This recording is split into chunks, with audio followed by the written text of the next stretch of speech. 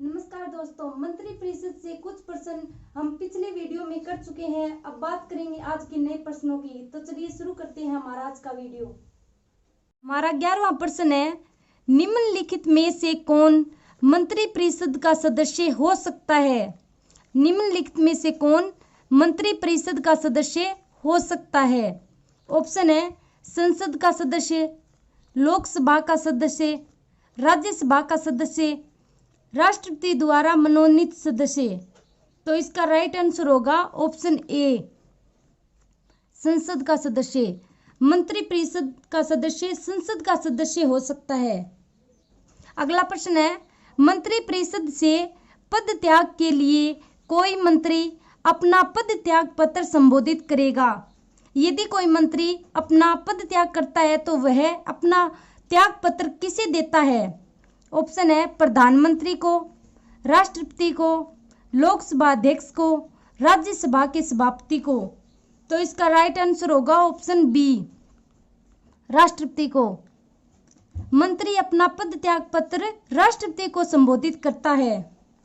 हमारा 13वां प्रश्न है, 91वें संविधान संशोधन द्वारा निश्चित मंत्री परिषद की न्यूनतम संख्या है। मंत्री परिषद की न्यूनतम संख्या बतानी है। ऑप्शन है 9+1, 10+1, 11+1, 12+1। तो इसका राइट आंसर होगा ऑप्शन सी, 11+1।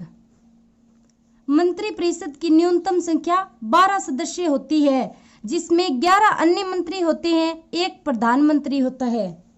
अगला प्रश्न है, यदि एक मंत्री अपने पद से त्यागपत्र देता है तो इसे यदि एक मंत्री अपने पद से त्यागपत्र देता है तो इसे ऑप्शन है संपूर्ण मंत्रिमंडल का त्यागपत्र माना जाएगा, संपूर्ण मंत्री परिषद का त्यागपत्र माना जाएगा, उस मंत्री और प्रधानमंत्री का त्यागपत्र माना जाएगा, केवल उस मंत्री का त्यागपत्र माना जाएगा। तो इसका राइट आंसर होगा ऑप्शन डी। यदि एक मंत्री त्यागपत्र देता है तो केवल उसी मंत्री का त्यागपत्र माना जाएगा, न कि संपूर्ण मंत्री परिषद या मंत्रिमंडल का। हाँ, यदि प्रधानमंत्री अपने पद से त्यागपत्र देता है तो उसे संपूर्ण मंत्री परिषद का त्यागपत्र माना जाएगा। अगला प्रश्न है, लोकसभा में मंत्री परिषद के विरुद्ध अविश्वास प्रस्ताव लाने हेतु न्यूनतम सदस्य संख्या है। अविश्वास प्रस्ताव लाने के लिए न्यूनतम सदस्य संख्या कितनी होती है? ऑप्शन है 12, 50, 100, 272। तो इसका राइट आंसर होगा ऑप्शन बी, 50। अविश्वास प्रस्ताव लाने के लिए 50 सदस्यों की सहमति आवश्यक होती है। अगला प्रश्न है, केंद्रीय मंत्रिमंडल में शामिल होने वाली प्रथम महिला मंत्री।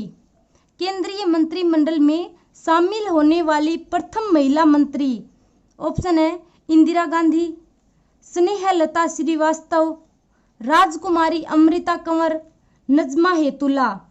तो इसका राइट आंसर होगा ऑप्शन सी, राजकुमारी अमृता कंवर। केंद्रीय मंत्रिमंडल में शामिल होने वाली प्रथम महिला मंत्री थी राजकुमारी अमृता कंवर। अगर हम अन्य ऑप्शंस की बात करें तो इंदिरा गांधी है वो प्रथम महिला प्रधानमंत्री थी, स्नेहलता श्रीवास्तव प्रथम महिला महासचिव थी, नजमा हेतुल्ला का राज्यसभा के उपसभापति के रूप में सर्वाधिक कार्यकाल है। हमारा अगला प्रश्न है, संविधान में मंत्रिमंडल शब्द का एक बार ही प्रयोग हुआ है और वह है। मंत्रिमंडल शब्द का प्रयोग किस अनुच्छेद में हुआ है? ऑप्शन है अनुच्छेद 74, अनुच्छेद 352, अनुच्छेद 356, अनुच्छेद 360। तो इसका राइट आंसर होगा ऑप्शन बी, अनुच्छेद 352। मंत्रिमंडल शब्द का प्रयोग अनुच्छेद 352 में हुआ है। अगला प्रश्न है, केंद्रीय मंत्री परिषद से त्यागपत्र देने वाले प्रथम मंत्री। केंद्रीय मंत्री परिषद से त्यागपत्र देने वाले प्रथम मंत्री। ऑप्शन है मीरा कुमार, राजकुमारी अमृता कंवर, मोरारजी देसाई, श्यामा प्रसाद मुखर्जी। तो इसका राइट आंसर होगा ऑप्शन डी, श्यामा प्रसाद मुखर्जी केंद्रीय मंत्री परिषद से त्यागपत्र देने वाले प्रथम मंत्री थे।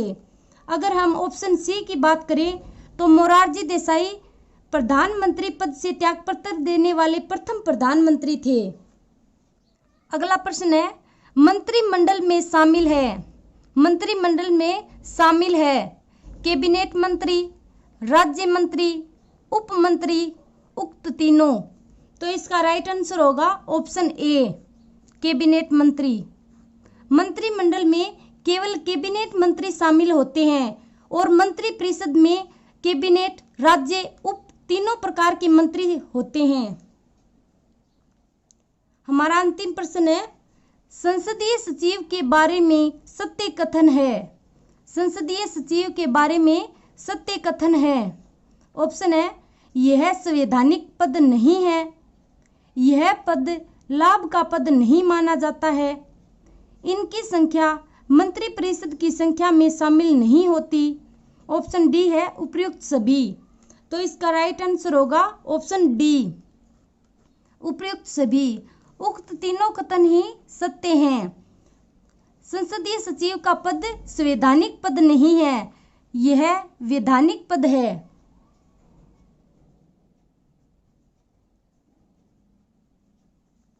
और यह पद लाभ का पद नहीं माना जाता है, इनकी संख्या मंत्रिपरिषद की संख्या में शामिल नहीं होती है। धन्यवाद।